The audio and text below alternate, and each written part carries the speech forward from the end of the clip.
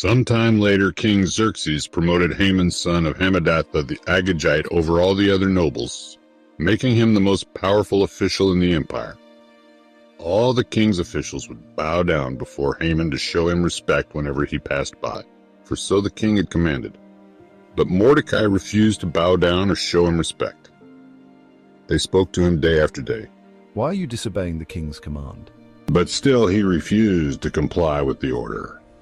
So they spoke to Haman about this to see if he would tolerate Mordecai's conduct, since Mordecai had told them he was a Jew. When Haman saw that Mordecai would not bow down or show him respect, he was filled with rage. He had learned of Mordecai's nationality, so he decided it was not enough to lay hands on Mordecai alone. Instead, he looked for a way to destroy all the Jews throughout the entire empire of Xerxes. So in the month of April, during the 12th year of King Xerxes' reign, lots were cast in Haman's presence. The lots were called Purim, to determine the best day and month to take action. And the day selected was March 7th, nearly a year later.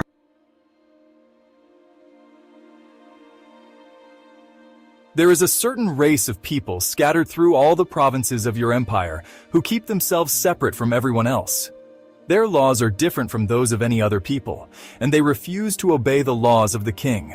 So it is not in the king's interest to let them live.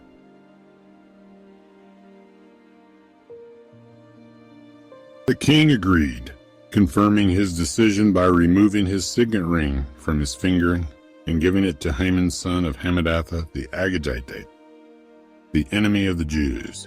The money and the people are both yours to do with as you see fit.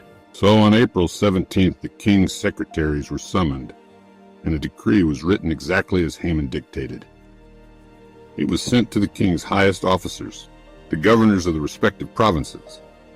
The decree was written in the name of King Xerxes and sealed with the king's signet ring.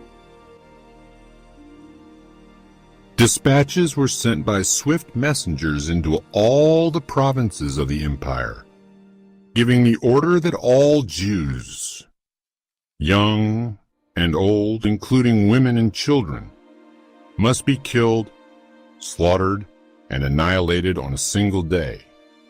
This was scheduled to happen on March 7th of the next year. The property of the Jews would be given to those who killed them.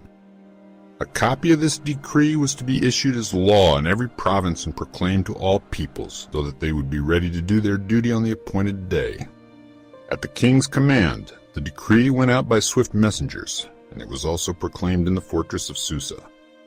Then the king and Haman sat down to drink, but the city of Susa fell into confusion.